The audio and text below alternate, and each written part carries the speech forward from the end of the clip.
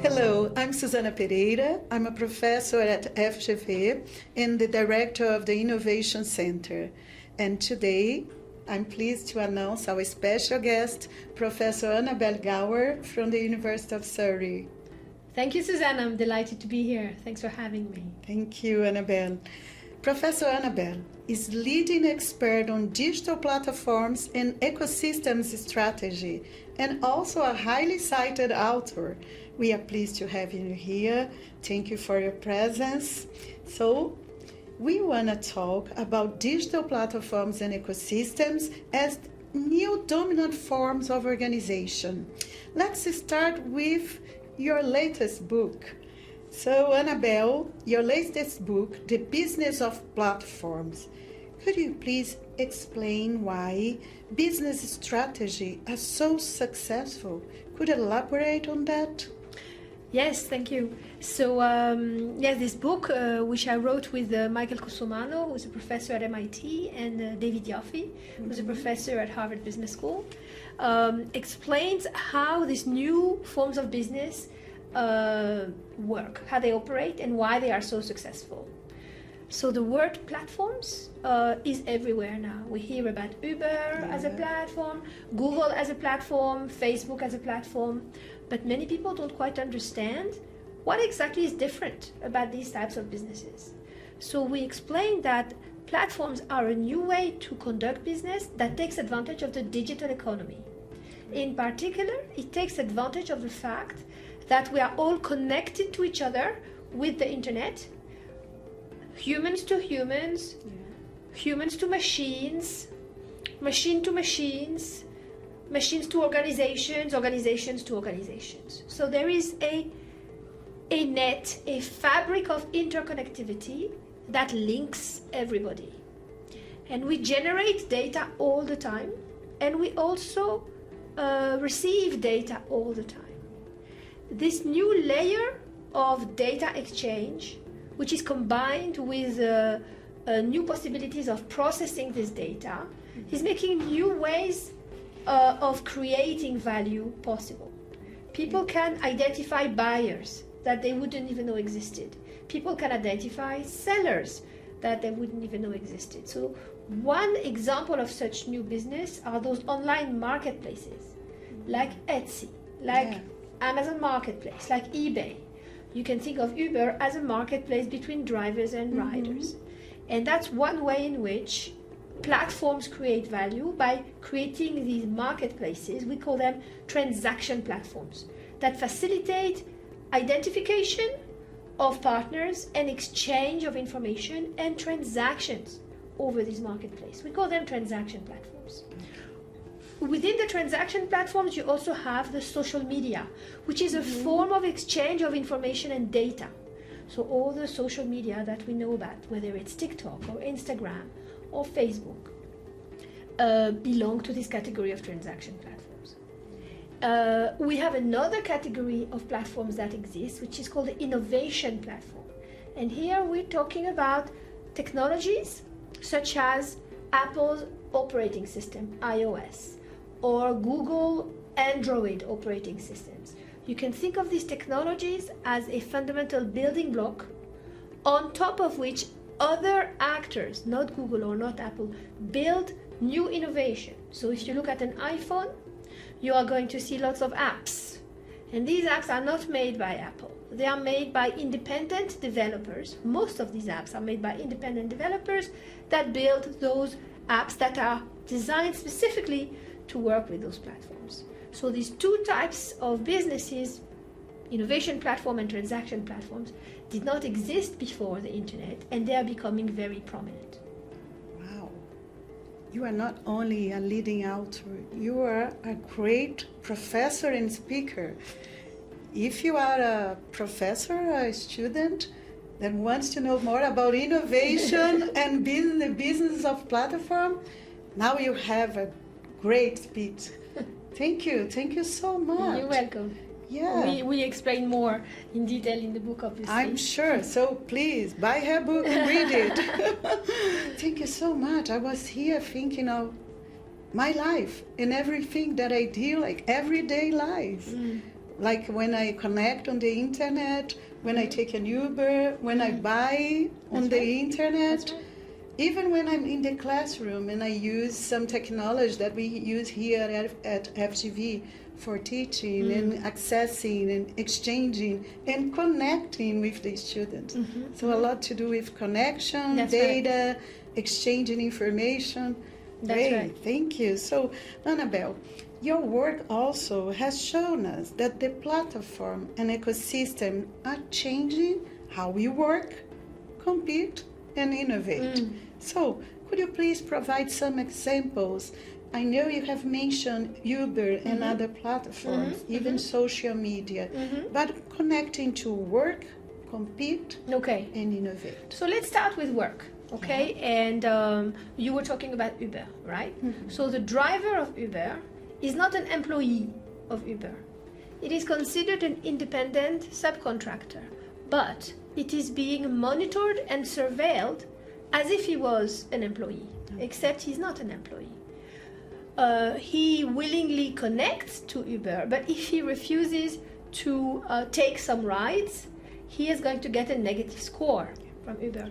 So there are new modalities of work where, contrary to previously, where a company would have to own the assets and employ the workers, now the assets that can be controlled remotely via digital means allow new form of organization and new forms of work where companies don't necessarily need to employ the workers, nor do they need to own the asset in the case of Uber, the car.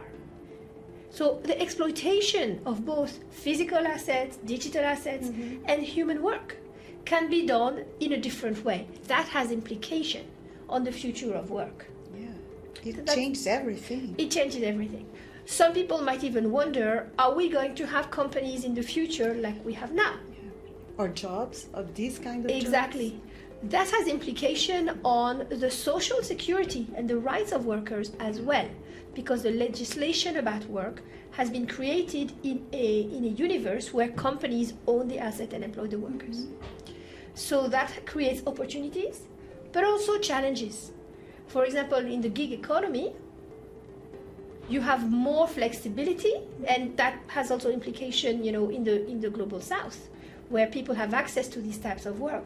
But long term, there could be negative consequences in terms of precarity. So that's for work, right?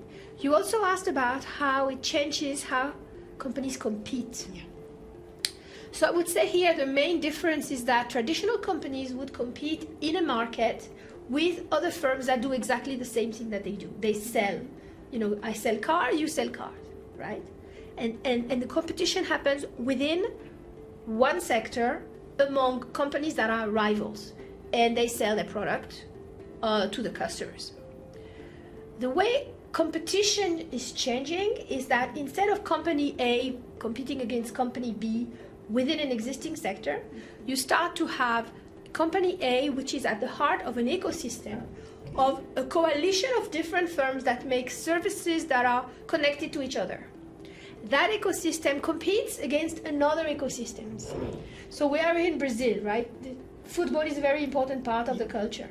You can think of the competition of yesterday as a tennis game between company A, which is one player, against another player. But competition today is like football. It's a team versus another team. And they don't necessarily need to be in the same industry.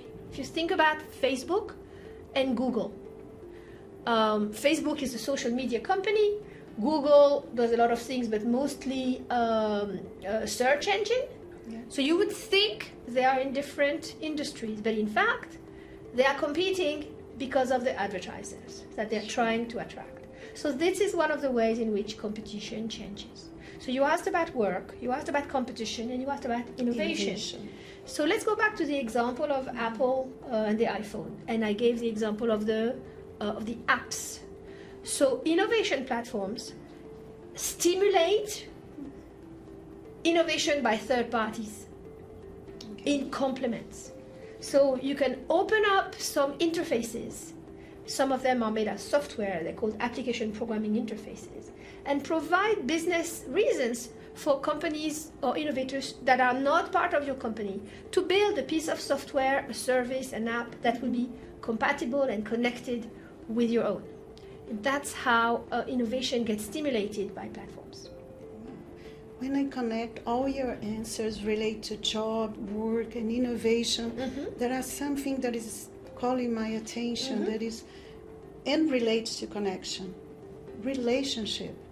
So in order to this kind of new platform or business of platforms thrive, it's such important that not only people but also organizations that they relate in some ways or different ways. So is relationship a key issue when you discuss the business of platform? Relationships are going to matter at every level, whether you have the relationships between the workers within one company or the relationship between workers and developers of complements. Now, what happens with digitalization is a lot of what used to require customized agreements, a lot of it is automatized. So the automatization of it can make things more efficient, but there is a cost to that. Yeah. And so we need to be careful at maintaining the human centricity in this increasingly digital world. Okay, that's really important. Yeah. The human side of technology and innovation. Platforms are providing a boost in terms of efficiency, but we need to look at the hidden cost of platform, whether in terms of social, society, and human. And if you consider different societies, like you are from France, you live in UK, and now you are in Brazil, South America.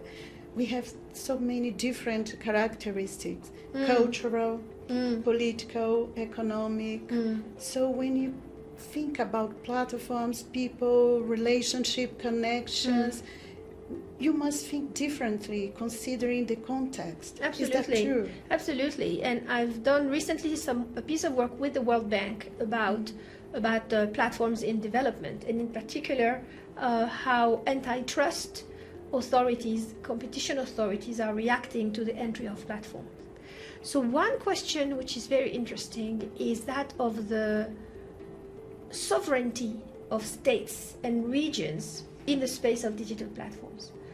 And you see that the US, the EU, China, India, and other countries have a different approach to how they're going to govern platforms. The US is very much more of a laissez-faire, and we have to also consider that the most powerful platforms of the world are mostly from America, North America. China has discouraged the entry of foreign platforms, but has encouraged homegrown platforms like Alibaba, for example. However, when even the homegrown platform became too powerful, China, the Communist Party, the government, forcefully established some antitrust laws and attempting to break them up. India has had a different path where they've tried, the government has invested a lot into government-sponsored services. So using the technological platforms to increase access to citizens. That is good, but on the other hand, it depends to which political means, to which political goal does the government want to use that. And the EU has tried to be a leader in the regulation of platforms, and they've imposed some regulation that are asking the most powerful platforms to obey a more stringent set of rules with the new Digital Markets Act and Digital Services Act. So you're absolutely right. Different regions have different approaches to platforms that reflect their own values and how they want to take society forward.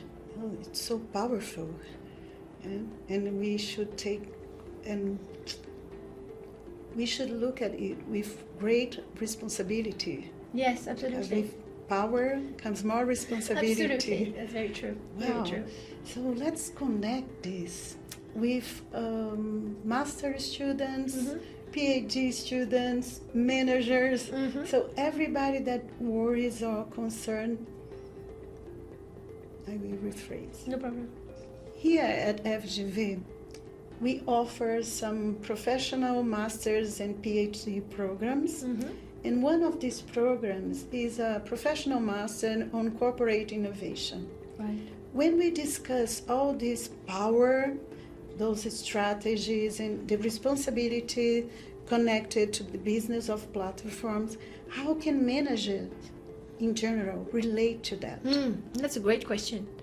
Managers have to understand how platforms operate because platforms are entering every single sector. Then they have to ask themselves the question, do they want to build a platform or do they want to belong to somebody else's platform ecosystem? Or do they want to acquire an existing platform? So we have a chapter in the book talking about incumbents responses. And we call the chapter even old dogs can learn new tricks. Okay. Because you know the saying, old dogs cannot learn new tricks. So we're saying it is a difficult adaptation, but managers can adapt if they understand how those platforms operate and then assess their options about buying, building, or belonging. That's nice. It's such a relief, no, that there are opportunities and we can learn with that. There are even more opportunities that are going to come up because of the increasing regulation of big platforms. That is going to make it harder for those platforms to continue growing, especially with mergers and acquisitions. And so there are also more opportunities because there is a lack of trust of many citizens against the big tech platforms because of the exploitation of personal data and privacy risks. And this lack of trust that many citizens and users have against the big tech platforms can become an opportunity for incumbent firms who will develop more trustworthy platforms in the future. Especially in countries where the institutional environment, like we are talking here from Brazil, the institutional environment sometimes bring additional challenges. That's right. So your talk, your insights, and all the discussion you raise in the book, they are truly important for a country like us and for managers and entrepreneur who does business in a country like ours. Absolutely. And a country like Brazil is in a very interesting position. We are looking at the activities of, for example, the competition authority in Brazil. They have been examining more cases about digital platforms, and they are considering changing the law to reduce the threshold, for example, of when should a company declare a merger. So on the one hand, that's a good thing because you can see that there is an intention from government to regulate the platforms. On the other hand, one has to be careful of not changing the law in a way that's going to make it impossible to enforce and to follow up, because there are limited resources in terms of enforcement. So, but examining what the trade-offs are is very important, because platforms have a role to play in helping building a digital infrastructure, but one has to be careful that the governance of these platforms does not reduce the rights of citizens, and whether it is freedom of speech or ability to conduct business. Wow. Annabelle, thank you so much for such great insights. Thank you. I'm sure both managers and regulators and researchers like us, we need to discuss even more the business of platform. Thank you, Susana. So many challenges and opportunities ahead. But the good thing is that we have the opportunity to build the future that is already here, but is in construction, under construction. So I couldn't agree more. Yeah, I can see like a great path ahead if you can count on great researchers, so dedicated, insightful, such as you. So we had a great talk today with our special guest, Professor Annabelle Gawer. Such a pleasure to talk to you about those issues and challenges for our future not only for business, for organization as a whole, for countries, for everyone. So everyone is concerned with the business of platforms because we live and we deal every day with these and within those platforms as well. And thank you also for enlightening us about your book and all the great insights you carry here. So today we had Professor Annabelle Gawer from the University of Surrey talking about her research and her latest book, The Business of Platform. It was a pleasure. Thank you, Susana. You.